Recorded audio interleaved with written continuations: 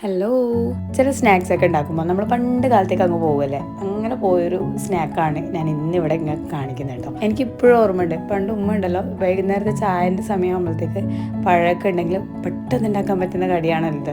അപ്പോൾ വേഗം പഴമൊക്കെ മുറിച്ച് കുറച്ച് വെള്ളത്തിൽ കുറച്ച് പഞ്ചസാരയിൽ അലിയിച്ചിട്ട് അതിലേക്ക് പഴം ഇട്ട് പഴം ഒന്ന് കുക്കായിന്ന് തോന്നുമ്പോൾ അതിലേക്ക് തേങ്ങ ചിരകി ഇട്ടിട്ട് കുറച്ച് ഏലക്കയും അതുപോലെ ലാസ്റ്റ് ഇടുന്ന ഈ ഒരു ഗീ ഉണ്ടല്ലോ, ഒരു 2 ടേബിൾ സ്പൂൺ ഗീയും ഒക്കെ ഇട്ട് നന്നായിട്ട് മിക്സാക്കി ഇതുപോലെ ബൗളിലാക്കിയിട്ട് തരും. അത് മുഴുവനായിട്ട് കഴിക്കാതെ ഉമ്മ അവിടുന്ന് എണീക്കാൻ പോലും വിടൂല കേട്ടോ.